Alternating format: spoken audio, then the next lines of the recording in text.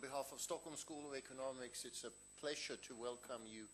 It's not only a pleasure, it's actually an honor to host this very long-named event, so I have to look back and see what we are hosting here. Latvian Estonian Future Cooperation Report, the Stakeholders Conference. It's an honor for us, and it's also in the tradition of SSE Riga, and I guess many of you know that the school was started in the early 90s, in 1994, as a Latvian-Swedish project, but also involving Estonia and Lithuania. And we have had, of course, a number of Latvian students here, but we also have had more than 200 Estonian students passing through the door of SSE Riga. So I think today's event is very much in the spirit of the school to promote a debate on economic issues, issues related to development, but also to promote cross-border cooperation between the Baltic states.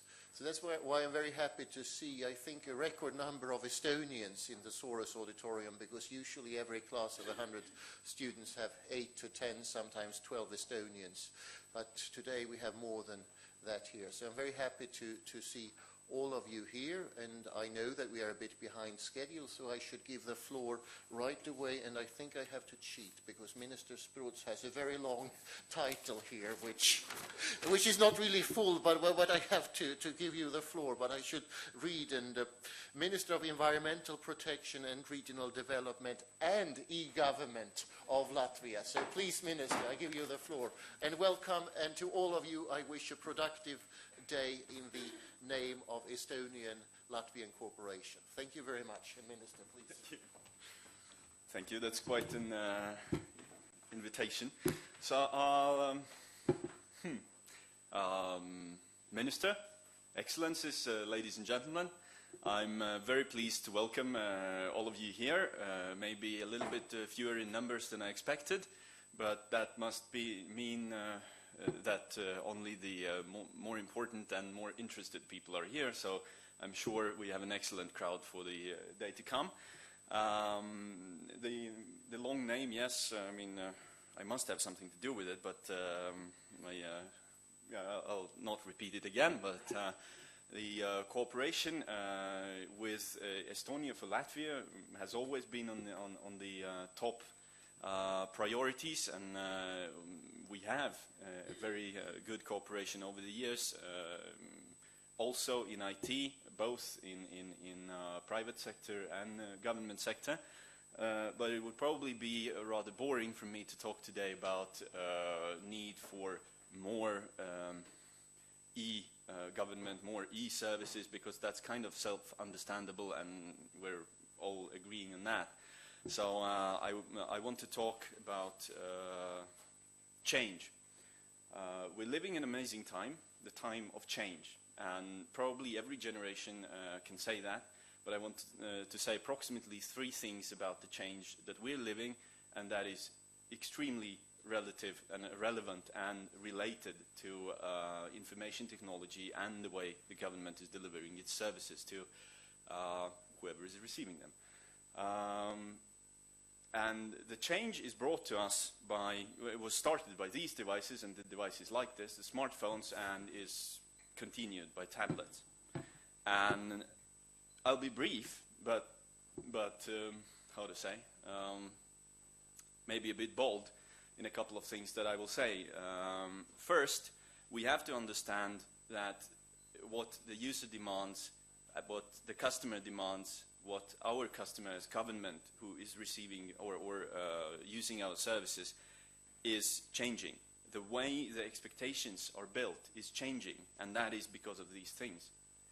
They come with an expectation level of iTunes, Waze, YouTube, whatever, you name it, right? And so the boring table where you can enter something, no, that's not a proper e-service. That's not a service delivered. Yeah? So this brings a number of challenges for us, and the 3 to name. 1, speed of change. In IT, we know, you know, that fast is bad, because what we get when we do fast, we get errors and we get security problems. But there is no way around it. So the only way we can compensate for having to go that fast, and we do have to. Government has to lead the way rather than trail. So the only way to do it is the right investment in security and in quality assurance. So that has a priority over the next couple of years while we're changing that fast.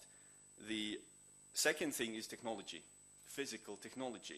This thing has, I don't know how many sizes of screens. If you don't have a tablet strategy which accommodates for all these screens, if we don't have tablet strategy for the government, we are behind. We are already late. I'm very interested to know if Estonians have a tablet strategy for their IT, for the government. We don't, I know. We are behind. We need a tablet strategy because the tablets are today sold more than computers. The future is tablets, not computers. Forget the PCs, the black and these shady white, grayish boxes, forget them. Laptops maybe for some people, but extinguishing. Dinosaurs. Think tablets. The next thing, the last thing, the user interface that I already mentioned. We, as customers, because we in the government, we do not design IT solutions, right, most of the times. We buy the IT solutions. But we need to become educated buyers. We need to become able to actually say that this is not good enough. We need to be able to pay attention to the interface, not to the complicated functionality, and then whatever hat is put on this is good enough because, well, it works. It's not good enough because nobody will use it. We need people to use it. The expectations of the user are different. Intuitive, flashy, colorful, interesting, involving interfaces. Not the boring grayish thing. So that's another thing where investment has to go. We just have to understand that functionality is one thing, delivery or interface, graphical user interface is the other thing. So I love change, but let's be ready. I hope that we can put our resources together, that the cooperation of the countries can also, help to share experiences of how Estonians do that and how we do that and how we can all be more ready. Latvia is very proud of its e-services achievements, and in Europe, I mean, we're not behind, we're well positioned, but we have to go even faster, much faster. The delivery of services has to concentrate around IT. IT is the backbone. That's how we deliver things. That's how business delivers things today. Government should be ahead and not behind. Thank you.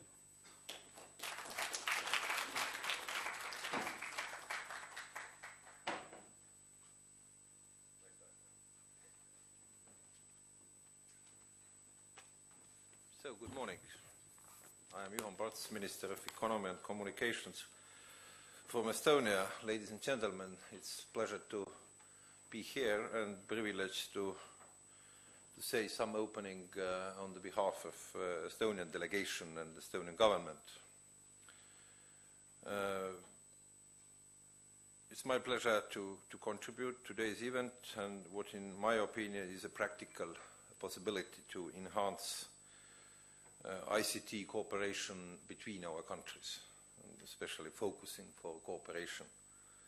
According to the official name of the conference, people participating in today's conference are future cooperation stakeholders. This title gives us a responsibility to think that we as stakeholders can do to make real cooperation happen.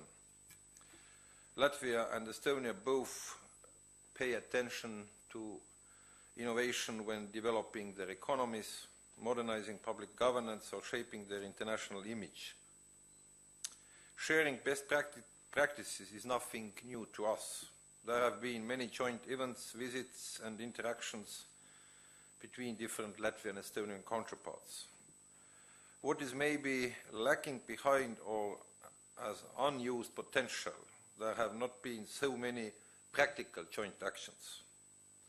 There are definitely possibilities to foster innovation with joint activities in the Baltic region. One positive example can be the recently established 100 million euros Baltic Innovation Fund, which will hopefully begin its investments in the first quarter of next year. Nowadays, innovative economies relies very much on internet economy.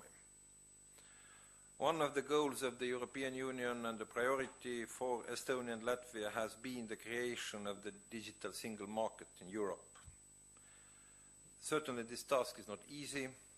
Digital marketplace is still fragmented in Europe, and the development of cross-border e-services is hardly taking off. For many countries, the creation of pan-European cross-border e-services remains a theoretical issue, and the practical benefits are not well acknowledged. It's natural that cross-border electronic interaction has most potential between neighboring countries.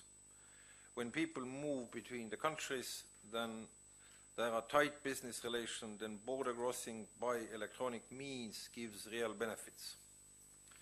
And in the light of the possible Latvian-Estonian cooperation, I want to point out two important areas, two proposals, and I really hope that during today's conference this will be thoroughly discussed, and of course we will have a finally outcome to have practical steps forward. Firstly, as also my colleague mentioned earlier, cross-border e-government services, and of course cross-border e-government services, not only services inside your country. As Latvia, Estonia is also proud of its e-government achievement so far, and I very much agree what my colleague said, you have to move quickly and vastly, otherwise you will stay behind. We have also made some attempts to introduce cross-border e-services.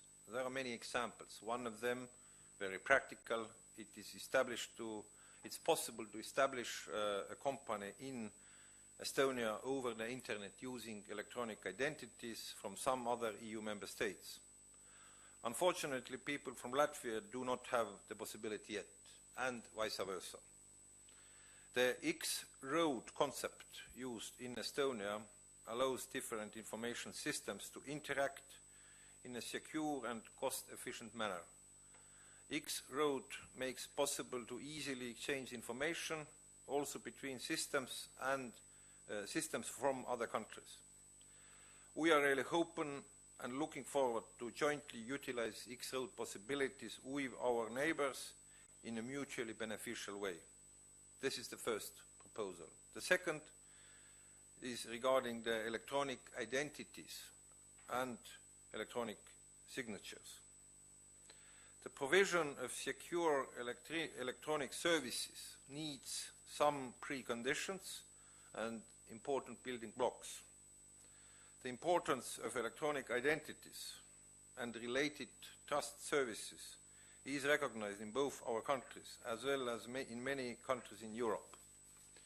There are many issues and problems to be solved before electronic identities, signatures and related trust services can be fluently used between different member states.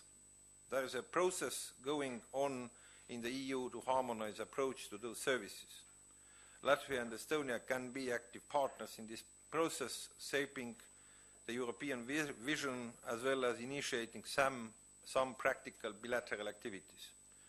I want to point out that progress in this field is equally important for e-government development as for business community.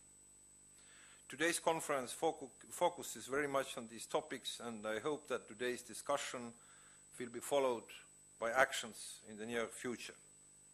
And finally, I want to point out that our cooperation possibilities in the field of ICT are not limited to today's topics. There are many, many other areas where joint action can be possible. Building high-speed internet infrastructures or digital preservation of our cultural heritage are just a few examples where cooperation practical can be utilized. I wish you productive discussions, and I thank you for your attention. Thank you.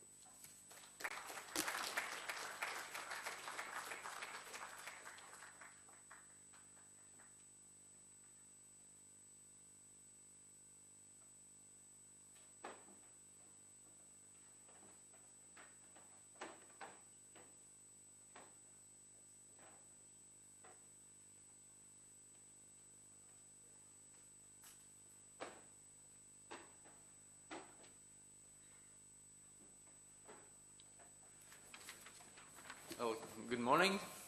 My name is Arnis Daugulis, and I'll start with the official title, and the title is Deputy State Secretary of the Ministry of Environmental Protection and Regional Development.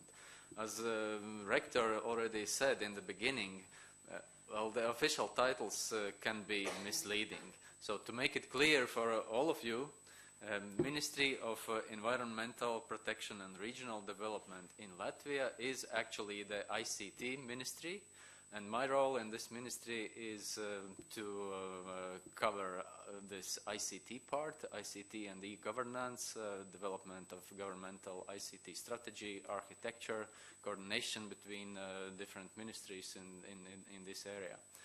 But today my role will be to make a live discussion around the topics in the agenda. And this morning session we have about 1.5 hours, and then it's lunch. And in this morning session we have 4 speakers. And the first speaker is Gatis Ozols, Head of Division and Department of Public Services in our ministry. And now I will give floor to Gatis with his presentation. Welcome.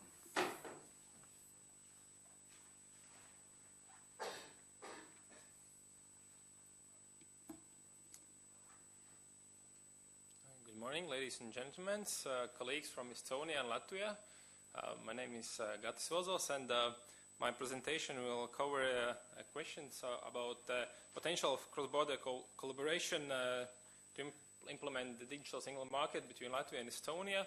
And after the presentation of Minister Juhan Parts, I think that my presentation will be an addition, and we have a very great start for this day, because there were a lot of similarities. So my purpose today will be to speak how Latvian and Estonian future cooperation could unleash the hidden potential of our e-government solutions. And my presentation will be split in 3 parts. In the first part, I will speak a little bit about digital agenda, and especially for Baltic states. Then I will give a short introduction of Latvia e-government situation in e-government development and the e-services. And finally, we'll offer some few ideas about Latvian and Estonian future cooperation in the field of e-government. As we all know, I won't be along on this, that the flagship initiatives of EU 2020 strategy is a digital agenda. And one of digital agenda priorities are the creation of a digital single market and realization of technology-enabled benefits to empower the citizens and empower the business, so that clever use of technologies could facilitate to do business across borders, to make life easier for our citizens. But it's in Europe. But now let's have a look on a regional level, economic relationships between Latvia and Estonia. According to statistics, Estonia is the 3rd largest or the 3rd most important partner of Latvia for trading. It's a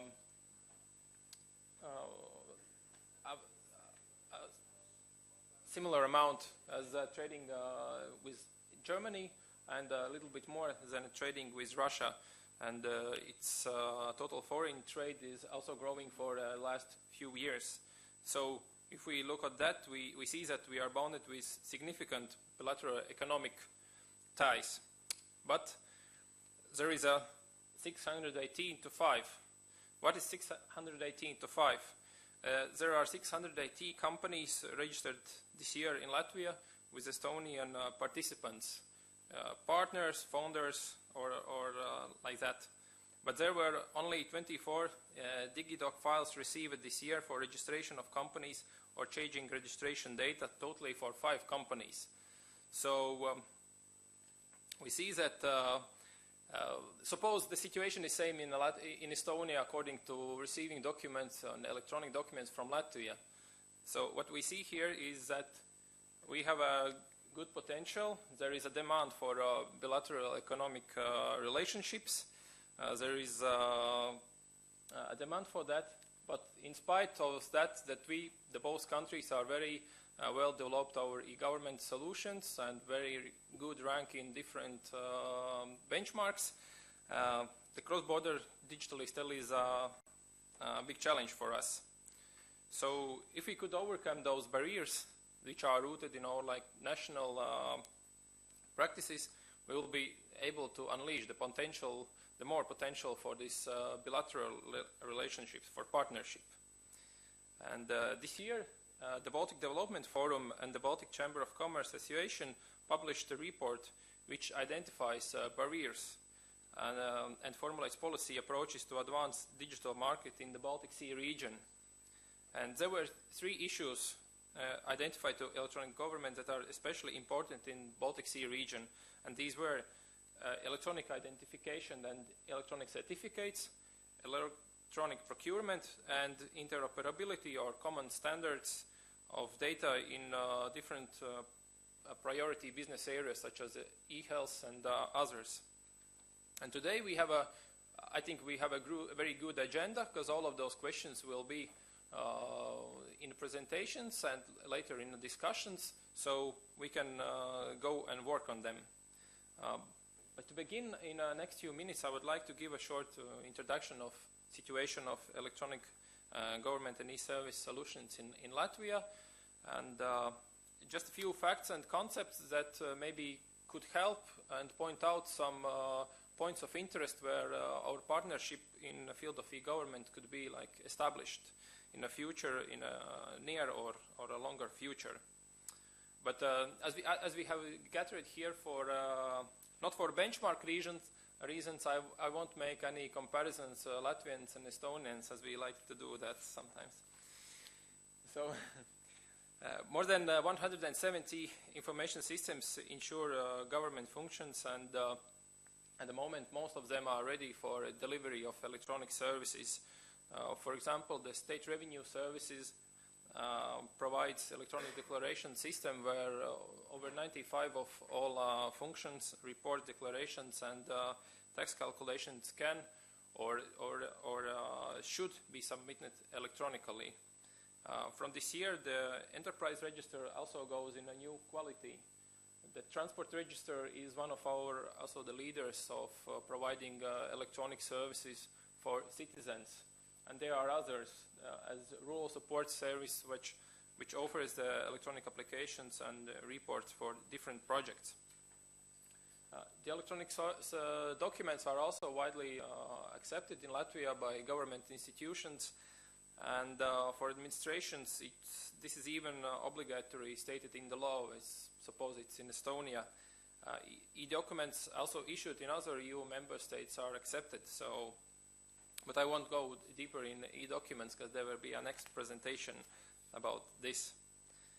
But if we look at the infrastructure, in Latvia, electronic government is organized as a federal model.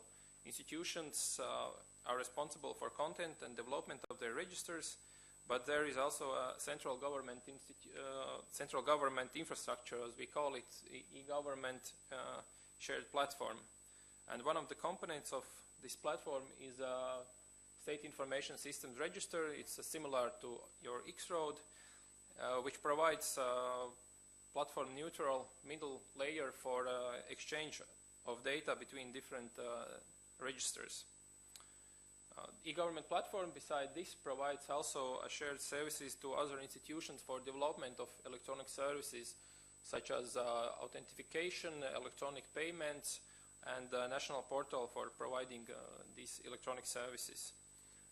If you have visited our portal, just for information that we plan in next year to have a new version of portal. So to conclude that, so this platform is at the moment ready to serve also as a standardized point of contact also for cross-border information exchange for cross-border services in connection with Latvian institutions. So X-Road and State Information System registers can work together. To demonstrate different few qualities of e-government shared platform and different concept of services that are realized within it, I would like to share with you a few examples. The first example is an electronic service on the left side, a unified application to university. In this case, the portal hosts electronic service for alliance of government and private-owned universities. And government platform provides connections to base government registers, provides electronic payment and authentication to this service. At the moment, this service is used by 10 universities. The second service is on the right side. It's a unified electronic submission.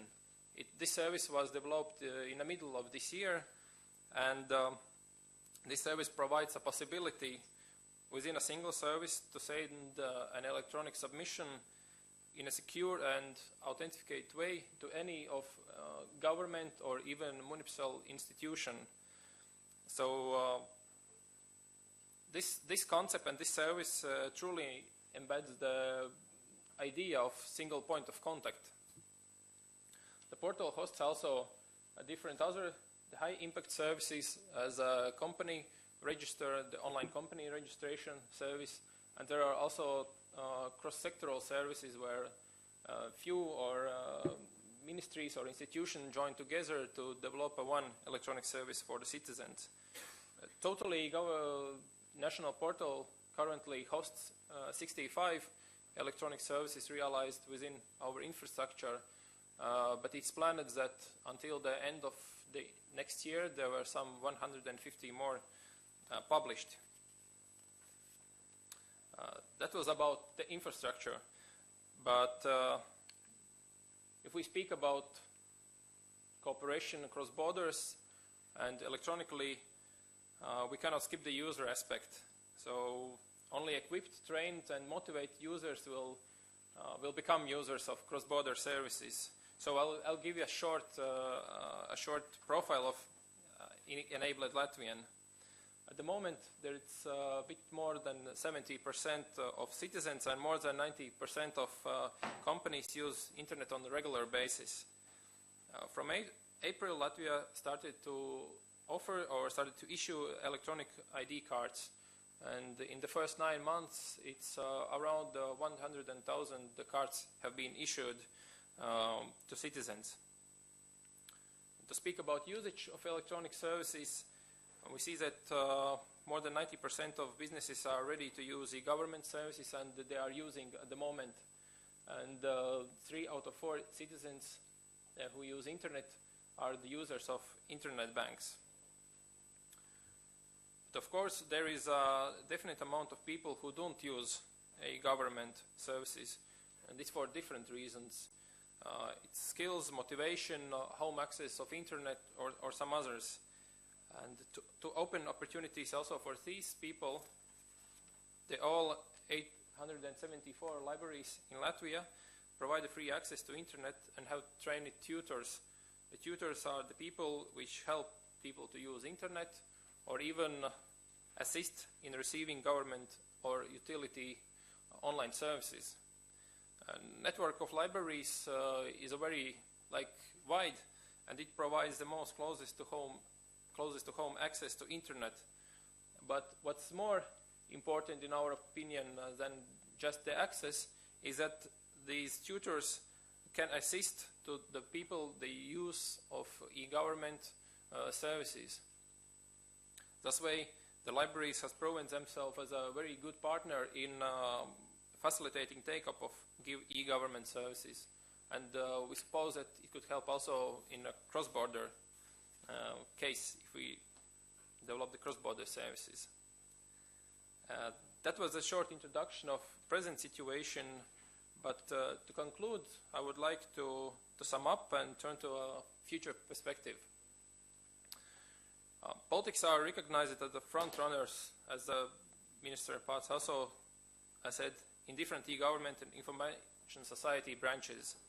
We have well-developed e-government infrastructure and processes who make the lives of our businesses and citizens more convenient. But most of cases, it's within borders of our countries. Internet is borderless, but when it comes to cross-border relationships, to cross-border cooperation, we are still isolated by technical, organizational, and legal barriers, as it was in an example of business registration.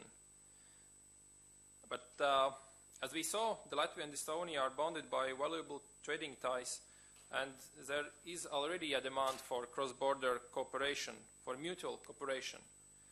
And the more extensive use of e-government services could facilitate this cooperation and relationships and bring a lot of benefits. So what are the actions we could take? Of course, Europe has a long-term strategy for closer cooperation in cross-borders, and we must be an integral part of that. There are different EU-wide activities where it will be beneficial to cooperate. It's, for example, regulation of electronic identification of trusted services, it's electronic health, or other projects. But this will bring benefits in a long term. But if we would like to unleash the potential of cooperation sooner and provide quick gains for our business, we could execute also a short and middle term bottom-up activities.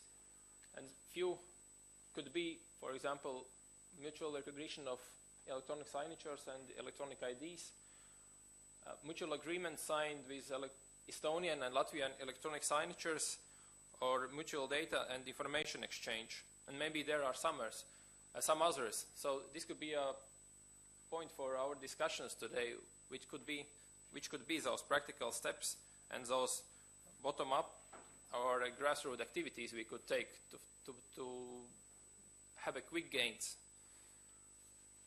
And as a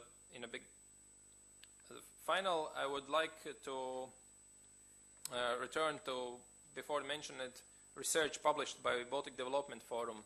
There was said, there are large benefits at the stake for growth in the region, but little is known about practical steps to be taken to achieve these benefits. So my wish today would be that we could identify those first practical steps and maybe even make some of them, because we already have a good examples for that, and I hope that this day will bring additional ones. So thank you, and let's meet in the discussions. Thank you.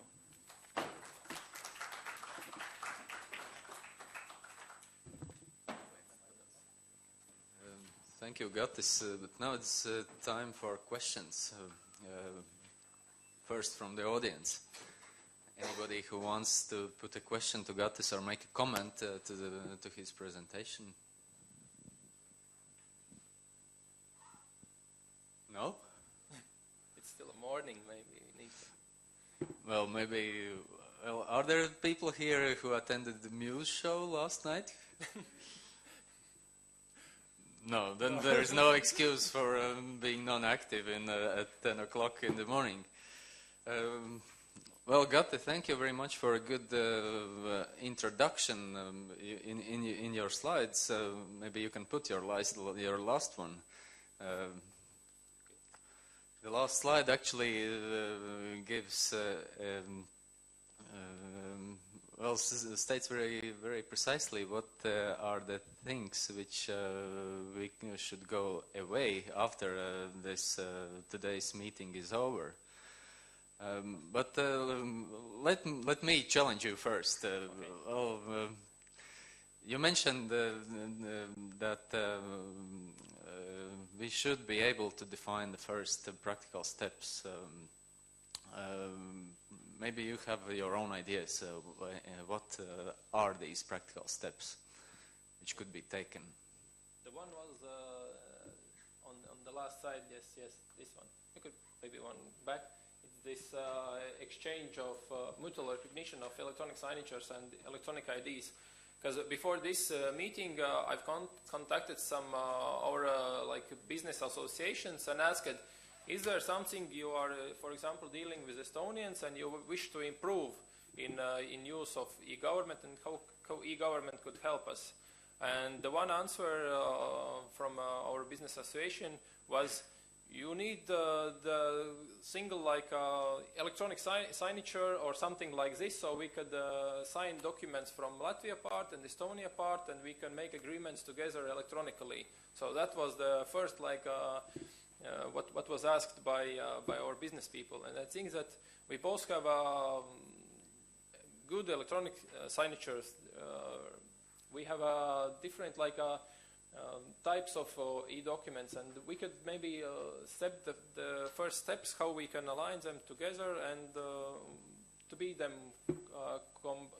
compatible, or how to say. And I think there shouldn't be a big like problem how to make it to work together, that Estonians recognize Latvian signature and Latvians recognize Estonian signature, and that we have one agreed format or way how we can also sign with Estonian and Latvian signatures one document. So the first practical steps would be, I don't know, to try this thing to make real. Do you think the challenges are in technical things, or in legals, or both, or which are most difficult ones to cope with? Yeah, these are like we must discuss what are. But as I know that Latvians are receiving and accepting Estonian documents, so I think there shouldn't be any problems in the legal way. Because there is also this European-wide regulation on accepting the electronic documents. But we must try to see what's happening on the practical way and what are the real practices. Maybe there is a problem just of a practice to do this and to step the first, to make the first steps. Of course, there is if we talk about business, there is we need to assure that agreement signed in this way will have the same force as in paper signed. So there will be no problems after 2 or 3 years. We need to see that if there are any like technical things we should take into account according to this one. So maybe some Estonian partners can join with their views about this. Still no questions from the floor?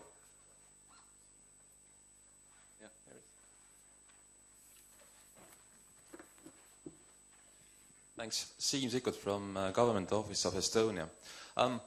Generally speaking, exactly the things that you are proposing are very much along the lines that we came here, the ideas that we came today. Yeah. I would like to focus on one last spot, data exchange. Let's say, what's your view? Which kind of services or areas or information systems would be, let's say, the 3 first ones to start with? Let's say, for what, from your perspective, is the most demand for that? The one is, and as I know that there is also the first practical steps already made between Latvia and Estonia. It's a register of inhabitants that exchange information about the people who travel out to other countries, and this is one of the. Of course, there is other the base register, the register of companies, and I think it's also could be the second one. The third one, I don't have a quick answer, but we can like discuss it today about that, which could be the like valuable data for exchange. Okay, thank you.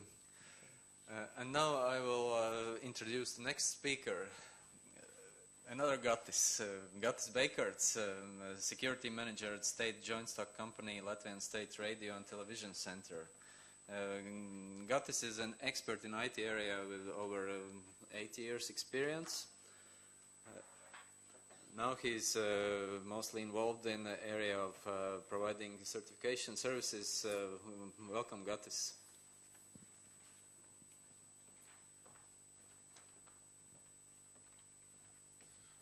Good morning, ladies and gentlemen.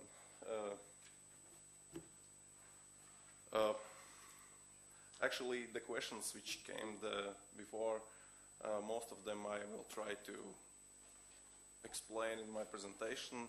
I will talk about electronic identification data in cross-border environment. mostly about availability and usability, and this is those things that just was asked how to do the possible ways how to create a single point of verification, signed documents, or maybe single signing tools where can people from different states sign the same documents.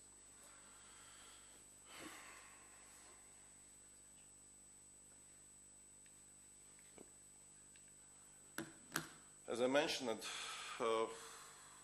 availability and usability. If we are look at the countries or any service provider, one of the main goals which anyone tries to achieve is availability and usability of their product. And if we are looking at certification services, we can see that most of them are trying to achieve those goals only in their own mind states, because there is some legal acts which they should follow, and there is a big red button about availability and usability in cross-border environment. A short introduction about what is the situation in Latvia. We took possession of certification services in 2009, and in the past 3 years we worked hard, and as you can see, we tripled the usage of certification services in Latvia. Since possession, when we got only one product, it was a smart cards. Now we have more products, and we're still working on more practical legal person certification service delivery, as well as planning to withdraw digital seals. eID cards, there was mentioned in Latvia the eID cards start withdraw handed over in April this year, and since that we have a rapidly growing eID card users, and in first 8 months or 9 already there was handed out more than 100,000 eID cards, and our prognosis for the next year there will be around 500,000 new eID card users. Since we have rapidly growing eID card users, we are rising electronic identification data usage and the questions about cross-border electronic identification data usage and availability. And the product, one of our innovative products is virtual certification services, which got an industry award Platinum Mouse last year. It provides secure electronic signature for online use in our portal to sign documents, perform document validation, sharing of documents to be signed by multiple parties, and the bulk signing. To use virtual certification services, you need only a device, smartphone, or PC, and internet connection. The main part of presentation, maybe it will be short or no, is about the cross-border availability and usability. If we are traveling, we can see the benefits of eID cards, but they are not much more than the passports, just the size. You can always show the eID card in the public sector, for example, police, and it works. But that's only in the physical way. That's not electronically delivered way. So if we look, for example, on the banks, I know one of my colleagues have problems last week when he went to Estonian bank and shown his eID card, and they didn't accept it. It's not even electronically delivered. They just don't know, or they don't totally accept the identification data, because as there was mentioned before, there should be some approvals about that person. And if you look in the digital environment, there's a formal cross-border acceptance of digitally signed documents. As again mentioned before, we got some DigiDocs in Latvia, but there is a lack of availability since we have a different formats in both countries. And the same situation is that we have different signing and validation tools, or even validation techniques. So there is a lot of need to know how to work with the other member state signed documents. One of the answers in the short-term cooperation could be information availability. Since signed document cross-border acceptance doesn't work properly, we should work on information availability in cross-border environment. To create better understanding, there should be information availability about services and their usability in other states. The problem I saw, and I know that there is a very hard, if I'm a small user, it's a very hard and want to start a business in another country, it's very hard to understand where to get the information about the services. And sometimes you get this information, but this information is not for example, in my mind language, because there is a lot of new generation people who maybe understands only Latvian, or in Estonia, only Estonian. And if information is delivered in Estonian language only, on Estonian English, then there can be a problems to understand what I can get, what benefits I can get.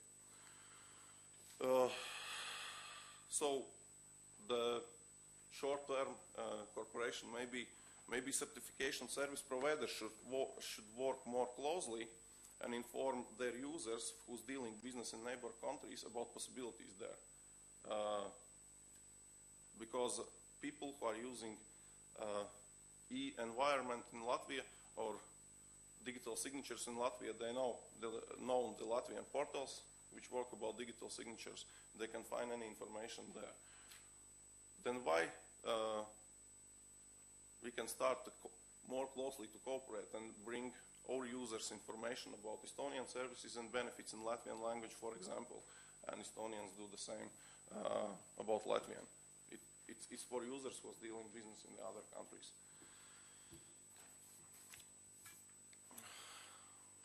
For successful cross-border cooperation, there is three main directions to work to achieve cross-border service availability and usability. As was mentioned before, the first or smaller is European Union and national legislation. We should work closely to make things easier, because maybe there is some problems to do it in the right way. There is a national legislation. Oh, sorry. The second is a cross-border infrastructure, services and tools, the direction we should work. And the third or biggest is a delivery of usable consumer services, and only then we can get happy consumers. Usability and availability in infrastructure service. One of the main things to work is to building a trusted network services or networks or services to raise more electronic identification data acceptance over different countries. And second, we need to cooperate to create cross-border compatible signing or validation tools. This is important.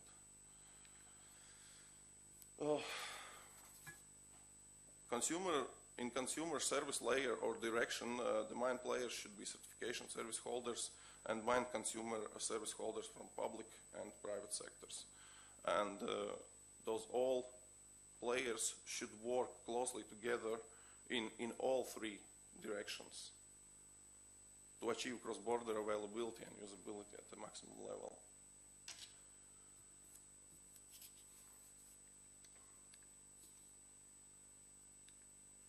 So one of the things, maybe in order to raise cross-border electronic identification data acceptance, we need to create one virtual true place where people can, where people from Baltic states at the beginning, later maybe Baltic region, can join, can work with their own eID cards, sign, validate any member signed documents. Maybe this is the place where people can sign cross-border documents. It means there is signatures from different countries, and download them in the format they need in their own country. This is the place where people can possibly validate any other member signatures. Maybe this place can work as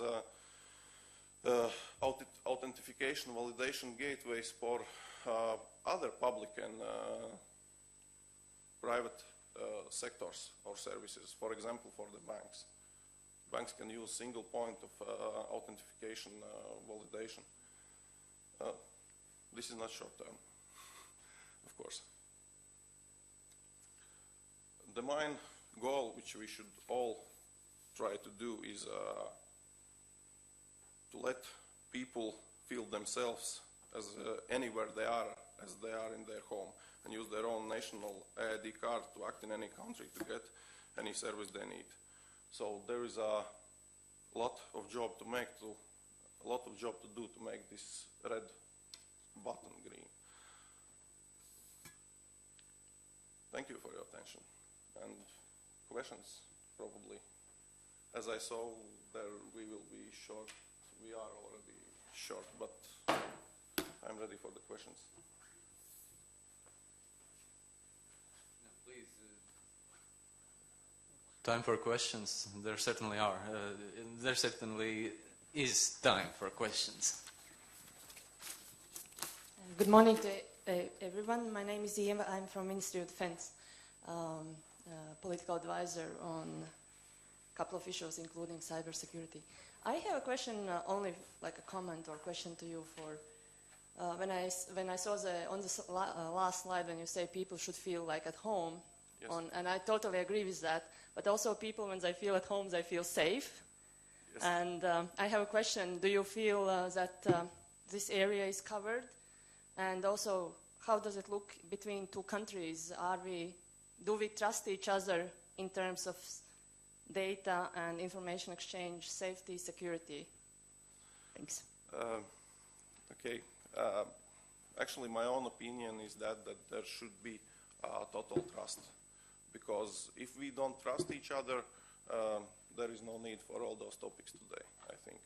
Because without trust, it's very hard to build something. And to get the trust, there is different things to do to prove that.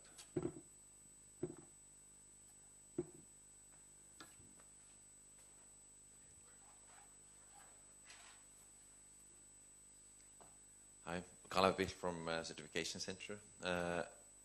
Just a question on the slides. You had second or third slide on usage of electronic identity. You said that you have tripled that in a couple of years, but Yes. There was no scale actually.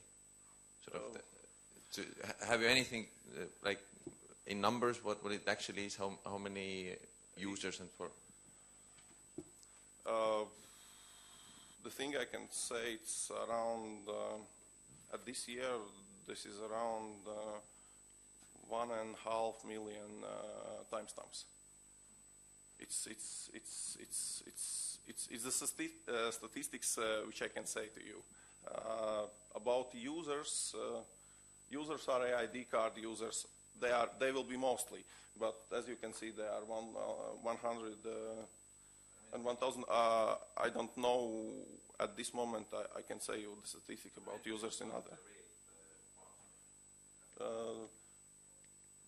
This one probably is not probably, but this one is usage of timestamps, the rapidness.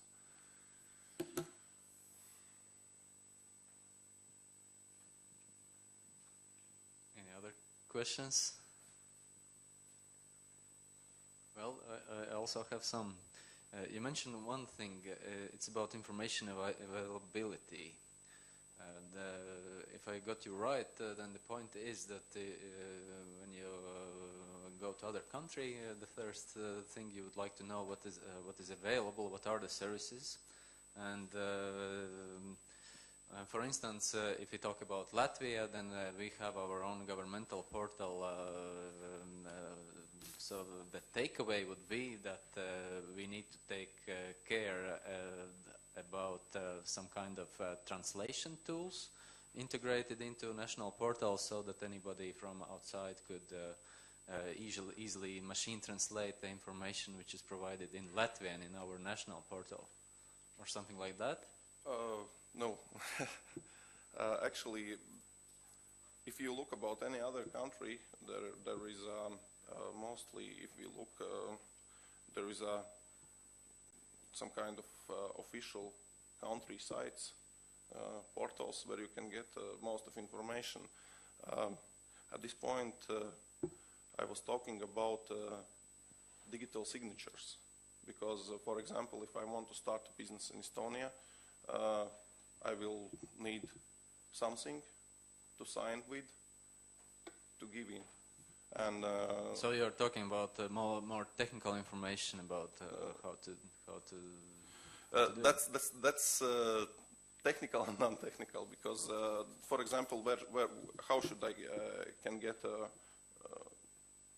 Estonian identity? It's possibly you can find it in anywhere else in Latvian. How I can get a signature? What is the format? What is signing tools, validation, and to people make easier, maybe he can sit at home and do it from the Latvia. But need just one visit to get official documents, and that's all. But anyway, if we go to technical level, then all you mentioned in Latvia, Estonia, we have different formats and different tools. And what's your proposal how to overcome this? One idea I saw in your presentation was the idea of one virtual place to validate all these all this stuff. So the second question is, should we think about our such a virtual place which would be okay for two countries, or should we somehow join into wider activities which are initiated at European level? I would say, since Latvia and Estonia are very active in this field, there should be maybe a pilot place for two countries. Then we can rise to Baltic region, Baltic states, and maybe then to Baltic region. It depends on a lot of things. It's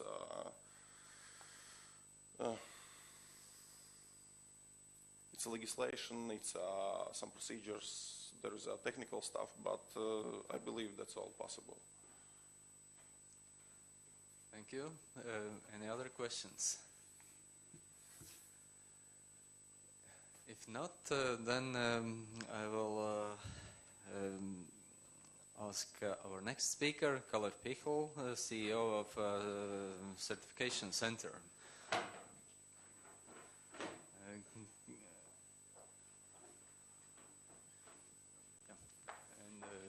Please speak into the microphone, because we are broadcasting this live. And I will. Yeah. Sure. Okay. Hello.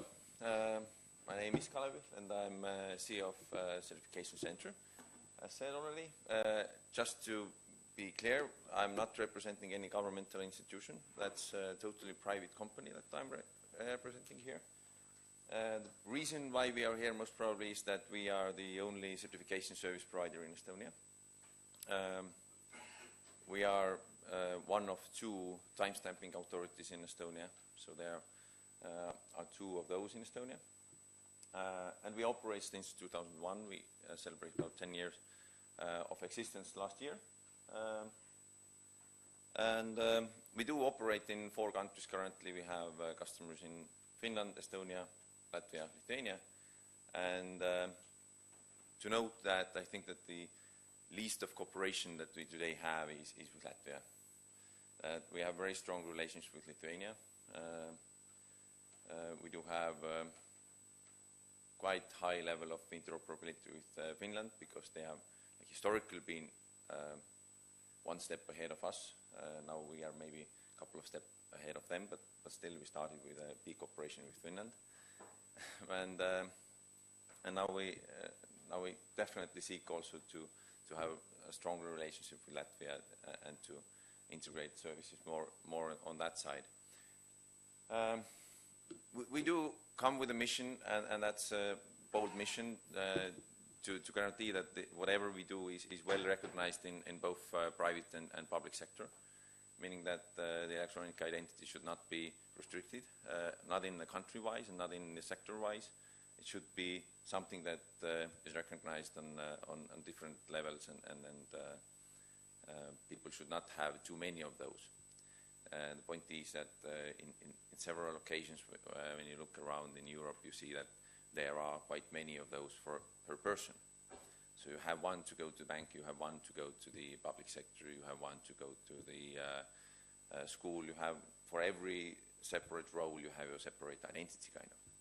And we don't believe as company that that's a good idea. Okay, that's our belief. A little bit about the history, as I was asked to clarify a little bit about what has happened in Estonia.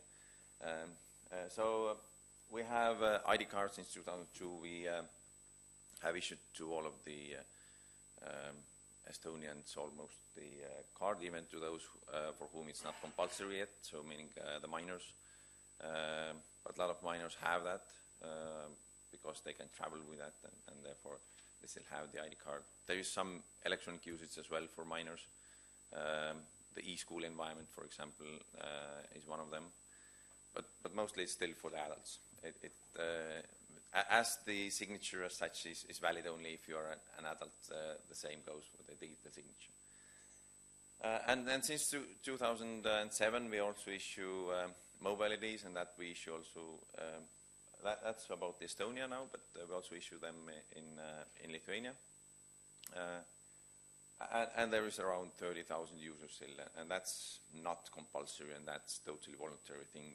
You either want that or you don't. And if you had once, you want that.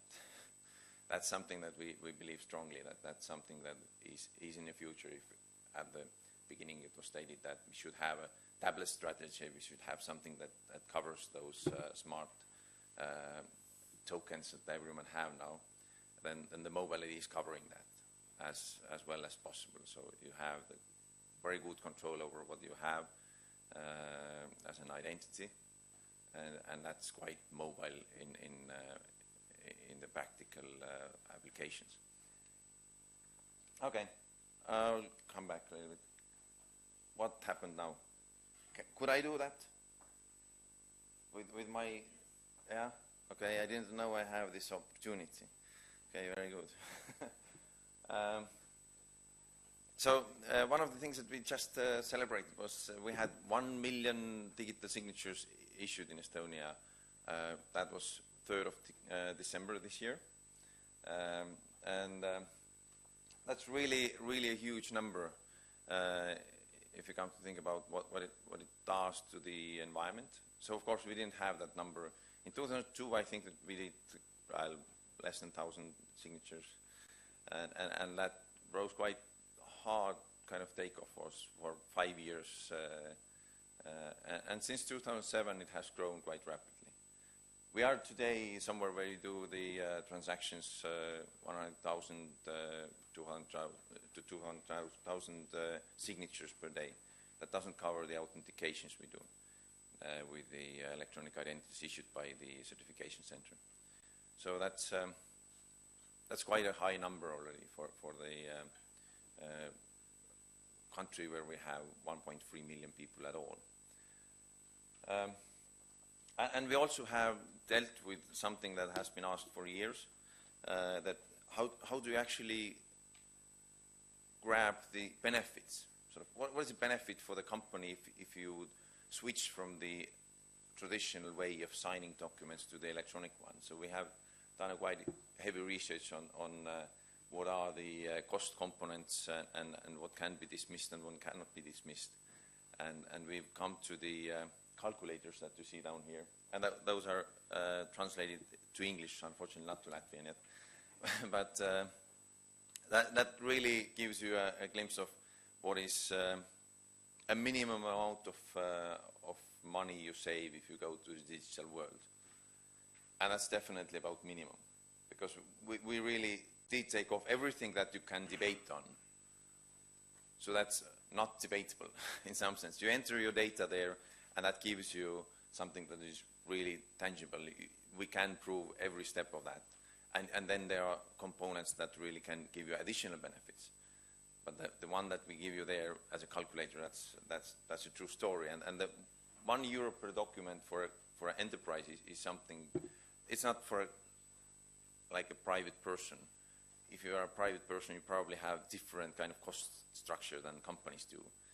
But as a company, your savings per €1 per document is quite okay. Sort of average statement that you can't gain less than €1 per document is okay. And €1 per document is quite okay, I would say. Okay, but the target today was to talk about what kind of different ways of international activities we have and how we have tried to cross-border use our electronic identities. So we have done several things. I just show you what Europe has done generally. And, well, where we have come to is that shows you where we are in a standards point of view.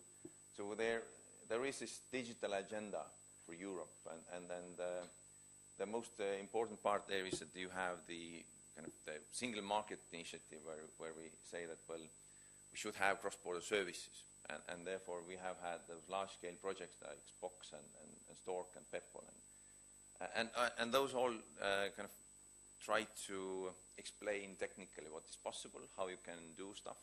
We have been part in some of them and not in all of them, of course, and I will show you where we have been and what we have done. But from the other hand, we have had this standardization.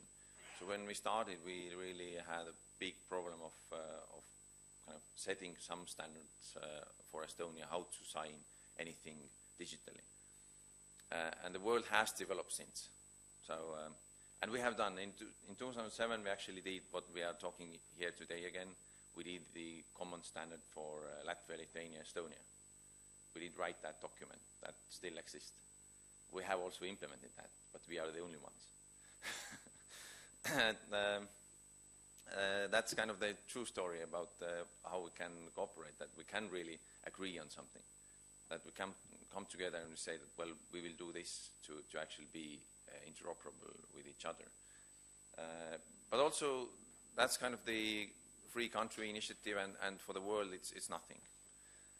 And now the world has come together and said that, well, okay, we do something different, and now the ETSI has developed and is still developing the basic profiles for the Europe, so which will be then kind of compulsory through the regulation in the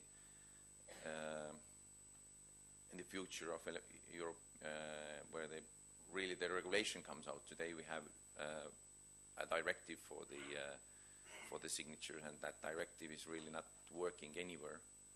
So in reality, that directive doesn't give us anything, and that's recognized by the Commission as well.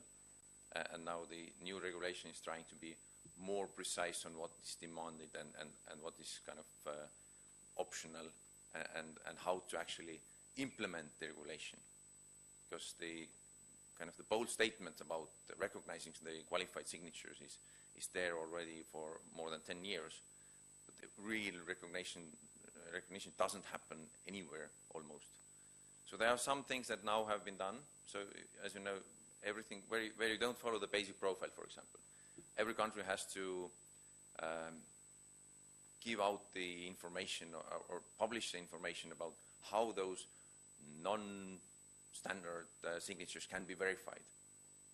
So there must be a place, a kind of description of how can I verify the document that is coming from Italy if it's not following the basic profile. But I will later on finish with the work that the Commission has done now to actually improve that. So the point is that we have done the pilots, we have developed the standards over the years, and we are now in a position where we see that really the Europe has been developing so that we can say that after a couple of years we have the Europe-wide signature market that can be cross-border. In terms of there really is something can be recognized and worked with in a technical way in different countries. And you can do that independently from each other. Okay. And something funny happened last year as well. So as the Europe is developing, the private sector part is normally left out. So in Estonia, I don't feel that way too heavily. But it was fun to see our colleagues from different countries who felt that way much more than we did. So the point is that sometimes the governmental part of that trust is going one way, and the private sector is kind of looking on the other way. And to combine our efforts from the private sector, last year we established this kind of Digital Trust and Compliance Europe consortium, where we have different private sector representatives then from different countries, and I definitely ask for Latvians to join that. And that's for actually setting down our kind of private sector rules, how we do business in Europe, and what kind of efforts we actually expect from member states. And several member states have actually got quite heavily involved, especially where there is a European regulation or a directive to do something in one way, and then there is one country that kind of tries to set the national regulations that is not following those best practices and rules, and tries to kind of do exceptions in that. And we have been quite active in sending the message that it's not acceptable in a European community to actually go that way, that we should be open to the best practices and regulations done in the Commission and Parliament level. But that's something that we are doing. So to have the cross-border cooperation, we have combined our efforts in the private sector to actually talk to each other and to work out those best practices, how we want to be. Kind of, from our point of view, the most important parts probably is how we see that the audits should be done. So, for example, to give you an understanding, what are the differences? For example, in Finland, if you want to be a service provider like we are, you are once in a lifetime audited. That yes, you are following some rules, and then you are given the license, and that's it. So you are now licensed service provider. And there is no re-auditing ever mandated. We are audited every year. Some of the guys are audited twice a year. And that's not clear. So that kind of is unfair competition in many ways. That auditing is actually putting you through some pain, and you pay for that pain. And that should be kind of similar in different countries. And we expect that from the common environment. So next thing I want to talk about is now the electronic identity. Let's skip the signatures for a moment.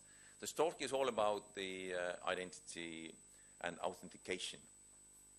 And the STORC that you see here is the already ended one in 2011. We kind of ended that. Actually, 2012 was the still we did some parts there, but again we have a blank here. Latvia was not part of that, but the idea of that was to come up with services that would be cross-border used, and to build some kind of infrastructure that would enable that. So let's go to infrastructure. Infrastructure is such that the model you see here, there are the Germans and French people there. So somebody from Germany would like to use a service somewhere in France, and the whole point is that we have now built up an infrastructure that is up and running, where the service provider here turns to a local STORC entity and states that I would like to authenticate somebody who claims they are French. Well, okay, those French people then are handed over to the French portal where they do the authentication, and the authentication is going back to the service provider stating that that's the person who wants to log into your service.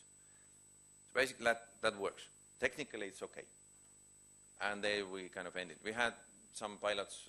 We had the logging into the governmental portal, so eesti.ee enabled you to log in with your Belgian ID card, or we didn't have, well, we did have some other countries actively involved. Finnish people, of course, could log in and so on. And they actually, some of them did. But it was about the cross-border things. I would like to say that all the practical implementations we have done, they have much lower usage that we would expect. That there are not so many people interested in going to national portals of other countries. And even if you take the students, we had the pilot also for the university. So to enter a university, you have to kind of apply for that, and that environment was also connected to Stork first pilot, and that's kind of environment that exists, but it was really almost not used.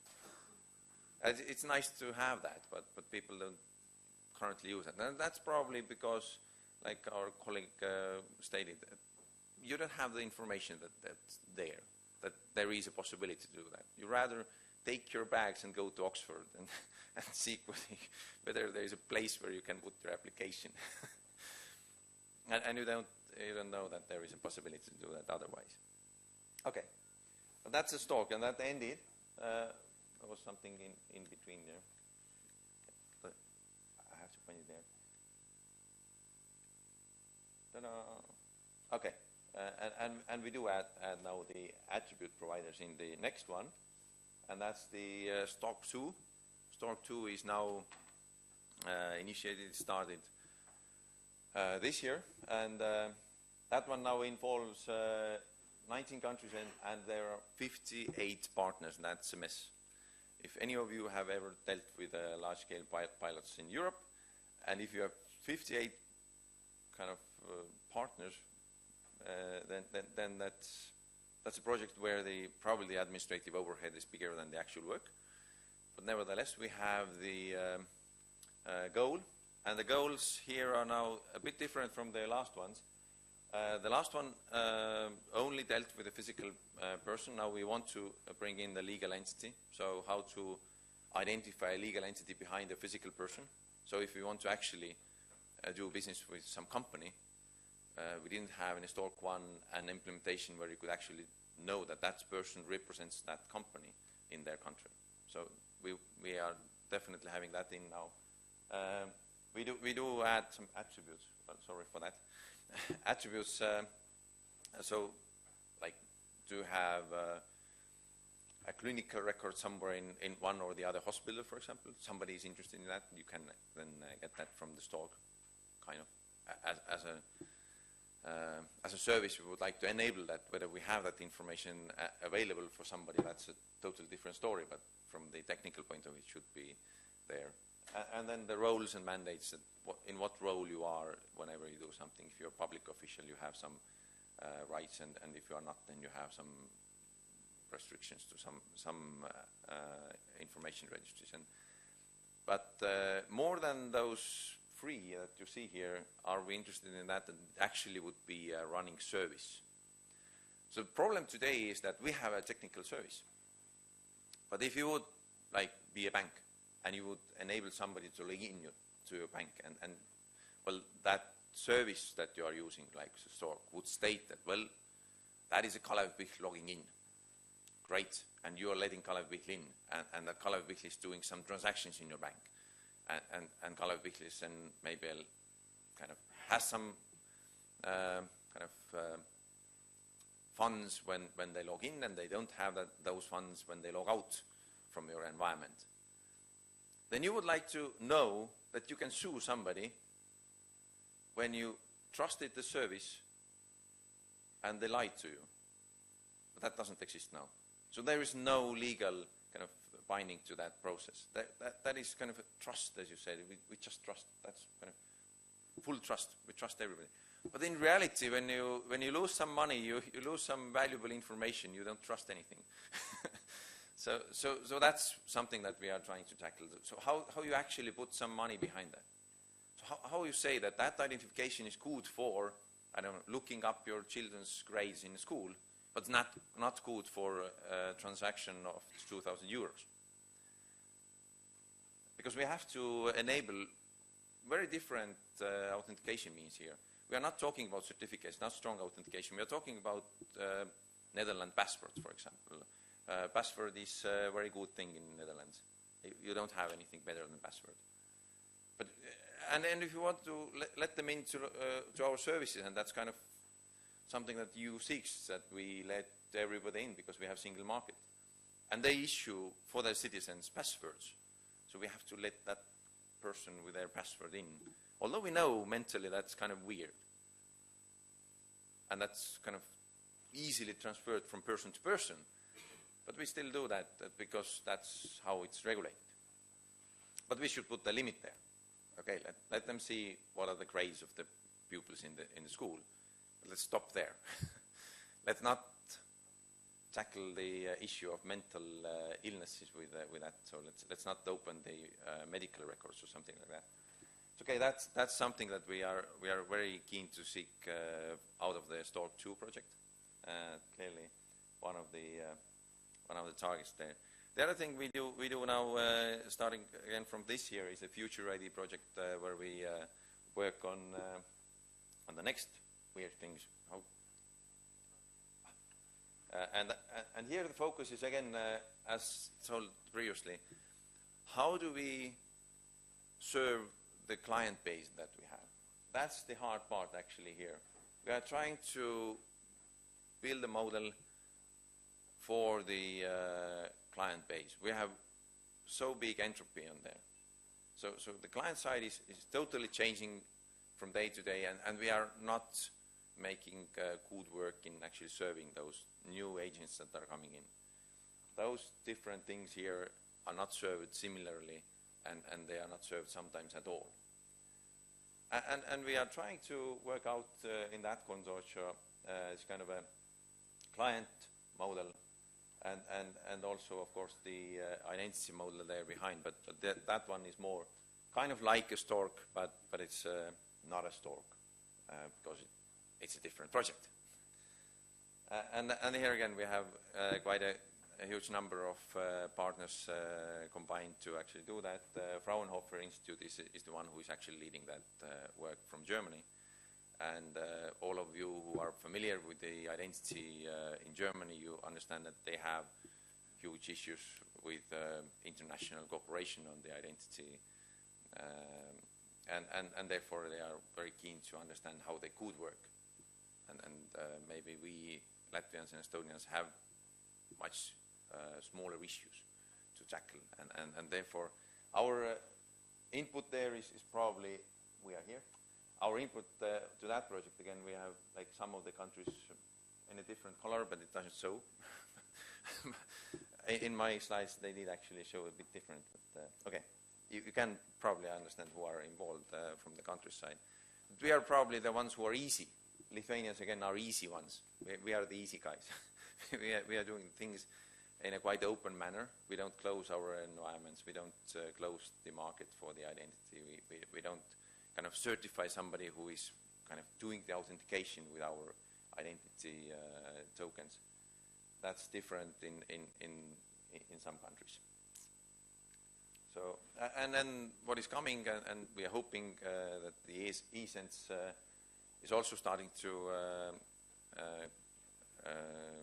be something of real project. And we have now the application in, I know, and probably Hannes from the State Informatics Agent is knowing more about that. But the point is that we have done the large-scale projects, several of them, and they are all different, and they all come up with the idea of what is the good infrastructure underneath. One of them is STORK, the PEPPOL is the other one.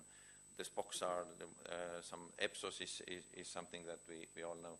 They all come up with different ideas on the infrastructure, and that project now is trying to come together and say that, well, there are some maybe common things we should use. So let's take something from PEPPOL, let's take something from STORK, and look whether they work together, whether those large-scale projects we have done actually end up in a single one service point and whether they can cooperate together, whether those large-scale project results are compatible with each other.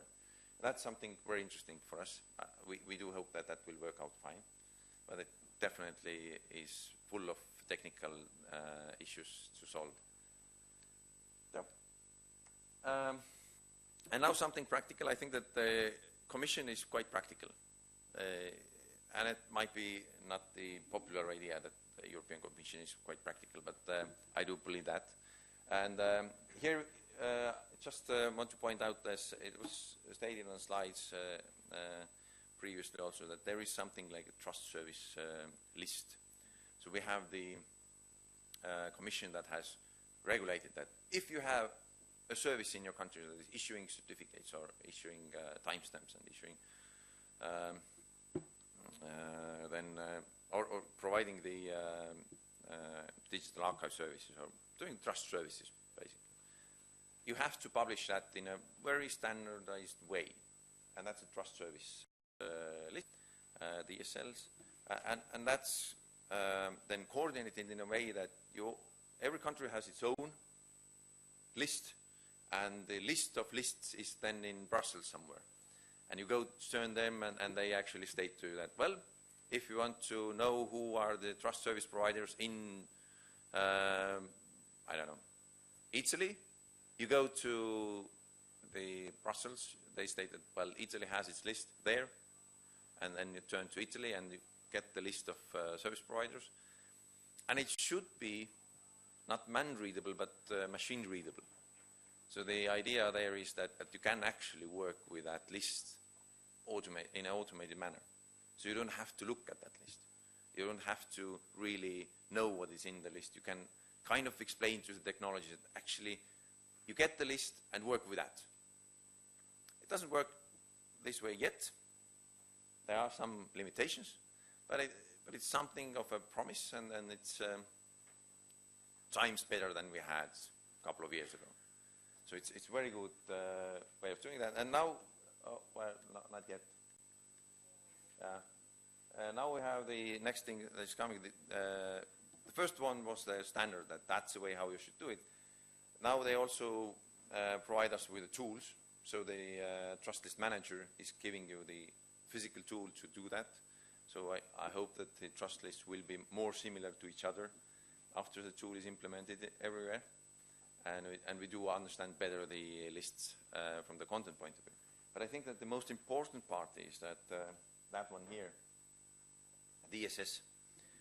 So that's the signature software that you get from the Commission.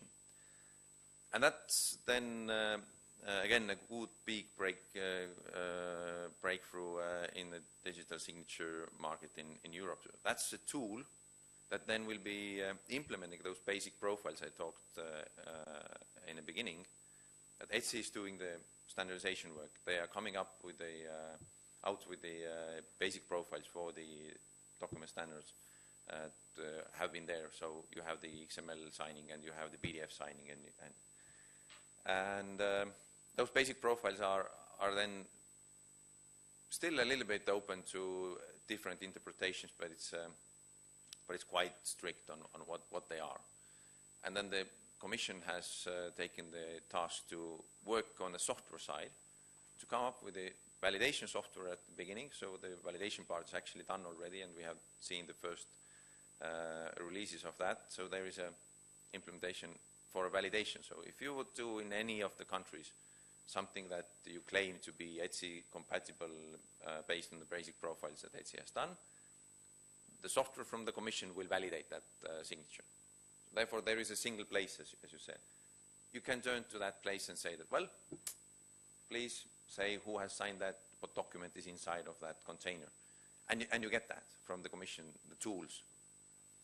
So that should be, I don't claim that that will be used everywhere in the sense that it's most probably something that we have to tweak and rework on every separate country to enable different services and to work on different softwares and development platforms and so on. But it gives you a kind of guarantee that what you do is good and correct. So therefore, it's a great tool. And in the beginning, as I said, it's currently dealing with the validation only, but it will be dealing also with the signing part. So it will actually create the signature if needed later on. So that's something of a good promise, and we definitely should work closely together with you guys and with other member states to guarantee that whatever comes out from there is usable for all of us. And then that's my kind of last slide. So I really thank you for your attention. As I said, we should work together on several issues, and I do expect Latvians to be more in on those EU-wide initiatives that have been launched so far, and to see you guys in different pilots would be a lot of fun. Yeah, thank you. Thank you, Kalev. There's still time for one or two questions. Got it? Simple one question, but I have several ones. The one is that you had some statistics that 100,000 to 200,000 signatures are made each day, yes? What are the people signing so much? Or it's not just the people? That's the one question. Maybe I will just say, and then you can then answer then. And then about the large-scale projects, do you, as a private company, also participate from Estonia side, or it's a government and you are like some kind of cooperation with government, or you are as a separate, like a partner in those projects? And about e-documents of Latvia, Estonia, there was a story about the Baltic docks. It was started but not spread. What do you think about that at the moment in Europe the most used format for electronically signed documents is PDF? Maybe what are your thoughts about to make the single this standard on kind of PDF format, and maybe to agree on this basis for exchange of documents, or to make them compatible, the signatures for Estonia and Latvia? Okay, yeah, try to remember all of those. I think the quickest one is that, yes, we are a separate partner in those projects. So we as a private company. That's different for the e-sense, if that would be run. So there we would be subcontractor maybe only. In those Future ID and store projects, we are the partner. What are people signing? We don't know. We don't collect data, actually, what the people are signing. And there is this disclaimer, really, that there is a small amount, and not definitely, it's not the most of the signatures per day, but there is a amount of them which are then signatures given by the legal entity, meaning that we have the legal name for that is digital stamps. So you stamp a document. But that's somewhere 20 and less percentage of the whole signatures given per day. So we don't know what people are signing. We could trace some of the services if they are contractual partners to us, but we really only know the fact that it is signed, but not the content. So, and the last question about what I think about the compatible formats. So I strongly believe that we should look through those basic profiles. That really those cover both the XML signing and the PDF signing. And as far as I understand, but Peter will in the next show probably explain that more. But as far as I understand, the regulation will state, starting from next year or year after, that that's the way you have to do that. So there is no reason for a couple of years to do some mid-term, very short-term solution. So we failed with the BDoc in this sense that we tried to do like ahead of everybody else and to show a way that this is the way how we do. It didn't turn out as we planned. So now we should kind of go with the flow and be together with all the other member states and state that, well, Europe has decided that that's the way how we do things. And there are both PDFs and XMLs covered. I do hope that works out well. Okay, thank you, Kalev. Yeah. Now it's time for the last speaker before lunch, Peeter Pikka from Ministry of Economic Affairs and Communications, Estonia. Please, Peeter.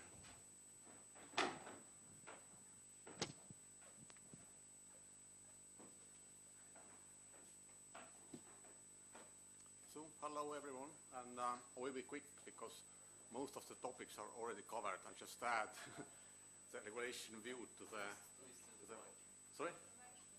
Oh, okay, sorry. And yes, I'm Peter from the Estonian Ministry of Economic Affairs and Communication from the Department of State of Information System, and I'm dealing with regulation. I'm a contact person between the Brussels and Estonia. So, I briefly cover the regulation. It's a quite long document, and there is a lot of discussing going on. So I will have no time to go very deep, but just briefly. Then I will say what is our opinion about this regulation and a little bit about cooperation, but already most topics are covered. We just add regulation view to those topics. The name of the regulation is Electronic Identification and Trust Services for electronic transactions in internal market across borders. And really briefly, why we need this regulation. So it has been done several studies, and that's the trust across borders is one of the issue or barrier to achieve the digital single market, which is growth potential for EU, of course. And it's mentioned several frame documents. It's Digital Single Market Act, Digital Agenda for Europe, Single Market Act, and the Roadmap of Stability and Growth. All those frame documents are referring to the new regulation to achieve the trust and usage of the cross-border e-identities and to enhance the Digital Signature Directive. So what are the issues the regulation will try to solve?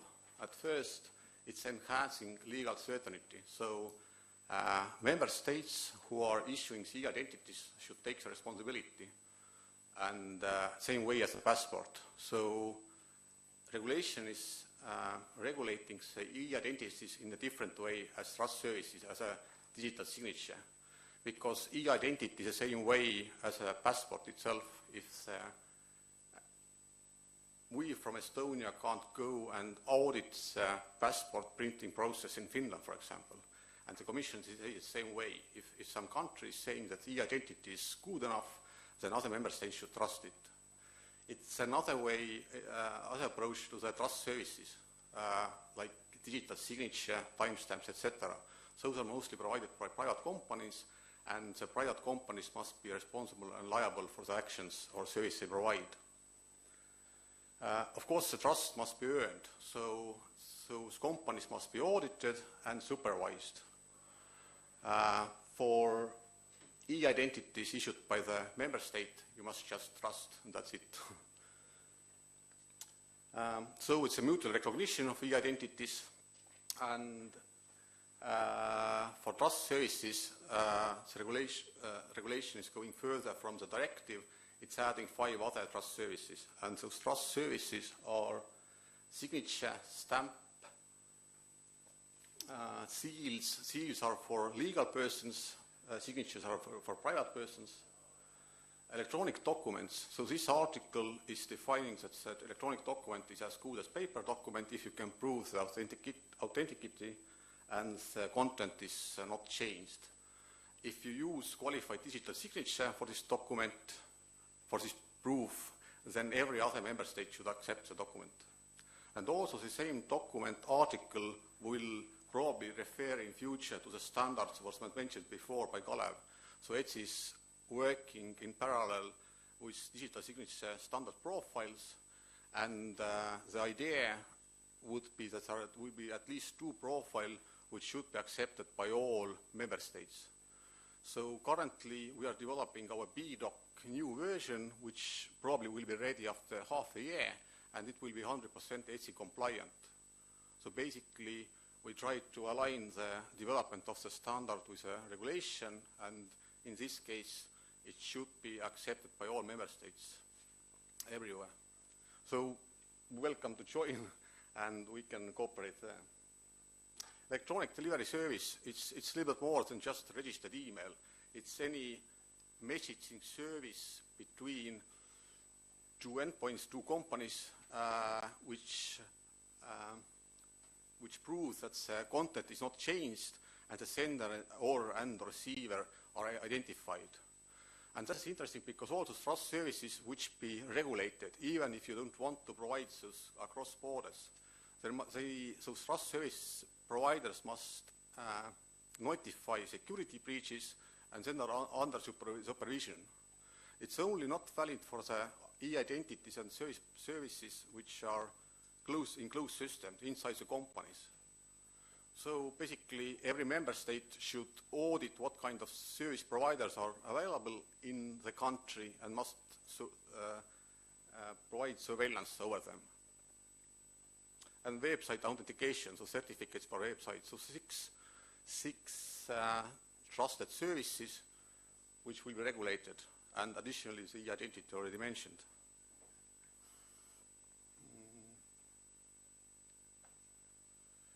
That's the process. Its regulation proposal was issued in June. It went through the first reading, so questions answering, and a week ago the Cyprus presidency issued the progress report. Next year, during Ireland presidency, there will be proposals to changes to regulation. And at the end of the year, the plan is to adopt and publish the regulation, and the regulation will be in force 20 days after publishing. So already 2014, we have a regulation in force. But additionally, we need amendments, enhancements later on, and relations to the standards. So will be delegated acts and implementing acts, which will be prepared and developed during the 2014. And there we will make relations from the articles directly to the standards. But anyway, here we already, service providers must follow the regulation. That's the plan anyway there. And parallel, we have this Commission gave us mandate to ETSI, who is preparing standards all the time, including this digital documents standard format. Quite ambitious plan, but it's very important regulation, so that's why it's pushed very fast. What's our opinion? At first, we very much support it. We see the potential growth also for Estonia, which inside the digital single market. We do support the regulation. So some countries are supporting directly, so they can adopt and translate it to the local laws, for example, Germany. We see that regulation is better because the directive for the digital signature is not working today. We have been trying to send digitally signed documents across borders. They don't work.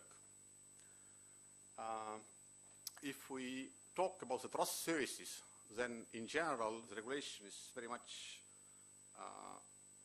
the way we're working today. So we have some improvements, suggestions, but they are not big ones and more technical ones maybe. If we're talking about e-identities, then already mentioned before, we are not satisfied with a possible requirement that Netherlands password-based identity can be used to access the e-health service in Estonia. Because if it will be compromised, it's not only bad reputation to the e-identities in Netherlands, but also to the service provider. So we must agree the quality levels of the e-identities we can approve to access some kind of services. The regulation states that basically if you want to use your e-identity across borders, you will notify. And you will also provide the free validation or authentication service. As soon as you notify, all other member states must trust it, approve it, and to open all local e-services, public e-services to this identity, no matter what the e-service is. If you take a common sense, it doesn't make sense sometimes. Why should we open the pension fund information system to the German citizens, for example? But the idea behind the this requirement is a really fast movement to open all services, so you can travel inside the virtual world with your e-identity same way as you're using passport today traveling in Europe. There is a discussion and going on negotiations. Some countries are preferring that we are opening the services step by step based on business reasons, but then the movement will be slower. We don't have official positions about that. Estonia and Latvia are small. I don't think it's a very big investment to open all services for all notified e-identities. For Germany, for example, it's a little bigger issue. So, possible cooperation. I think most topics were already covered. But what I want to add is that if we cooperate and want to achieve some results, then we must take account that every successful project is at least three parts. It's a technology part, process part, and people part. So organization must be motivated to open or provide new services. The new technical service usually makes some changes in processes, and processes in public sector are tied with a regulation. And changing regulation is sometimes not so easy. So if we even, for example, agree the new digital document standard, which is common in Baltics, for example, but there is no services behind or people don't want to use it, it doesn't make sense. It just fails again. So we must go to also three levels. We can cooperate in all layers, but we need a kind of business or political driver or decisions, and of course resources to make this successful. And the same story in one picture, that's already mentioned, that's the company registration. This is a public service. Latvian can come to Estonia, fulfill paper-based application, pay cash, and the company is registered. Or you can use IT services to do the same way. Currently, we are supporting, in addition to the e-identity of Estonia, 4 other countries: Belgium, Portugal, Finland, and Lithuania. We can add, for example, Latvian e-identity card, why not? And you can use, that's basically the process, the business process, 2 steps, and every process step is using kind of customer-facing service. And the customer-facing service is using IT, let's say, supporting services or technical services. So why this picture is drawn this way, that if we are cooperating in this technical service area, then we must understand also how this customer-facing service is improved, how the process is improved, and how actually this final public service is enhanced. So if we're enhancing this company registration service to across borders, we must make some changes in the process. We must enhance those customer-facing services, and we must update standards or some software or some components. And those all must be synchronized somehow. For that, again, we need this driver. We have a need for a change, or it doesn't happen very much.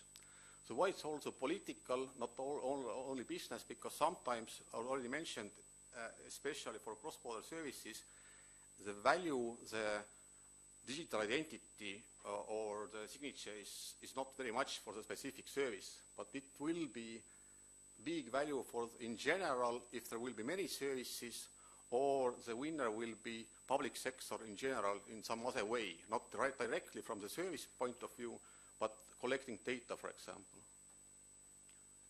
So where is the money? Money is, of course, coming from Europe. So there is cooperation projects. There is special funds available for cross-border cooperation.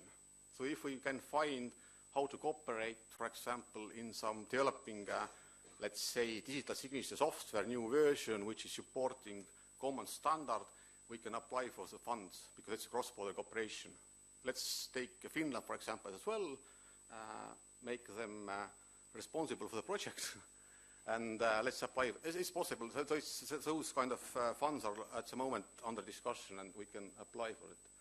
But if we talking about directly how we can get the value from digital identity, for example, there was a report issued in November done by Boston Consulting Group. It's quite thorough report, and it's exactly addressing the value of the e-identity. And those which are So basically 6 areas where the value can be get, and underlined are there those points where the public sector gets the most value.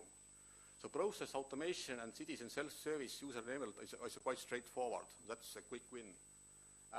Personalized services. So this is where the public sector services trend is going as well, that you already know what a citizen is doing and providing a special information portal, as Amazon example.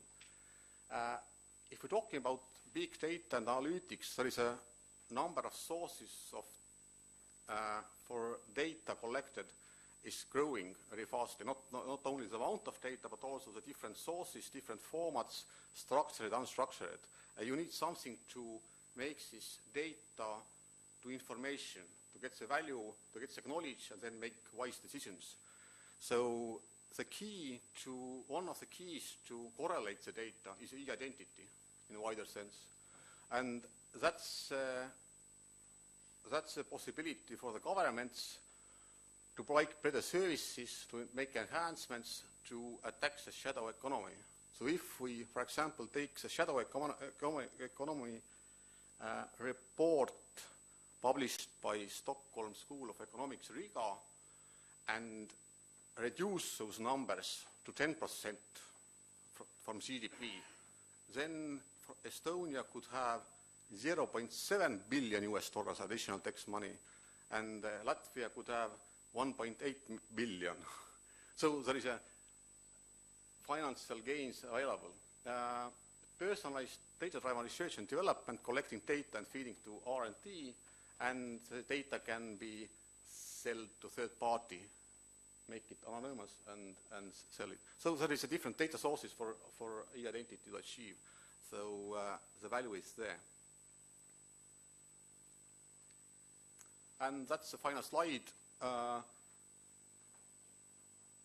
The idea is already discussed. We have a software possibility, technical areas where we can cooperate, the standard areas, but makes sense maybe to go from top to bottom and from bottom to up to understand what kind of services there are which are winning about cross-border cooperation, then analyze what kind of changes are needed in process level, legal environment, customer-facing services, components, and then decide the operation areas and find resources. So we can do it inside large-scale projects like STOC, or we can move faster and decide itself what kind of services there are. There will be a report available in January, the most usual cross-border services in Europe. It's again, the European Commission will publish it in the middle of January next year. Okay, that was quickly all, and thank you for listening.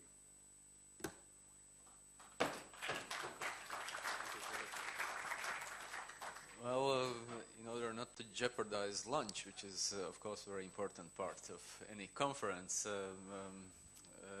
we'll postpone questions to Peter, if there are any, to our afternoon's discussion. But now it's time for lunch, and I'll kindly ask you back in 12:30. And lunch is served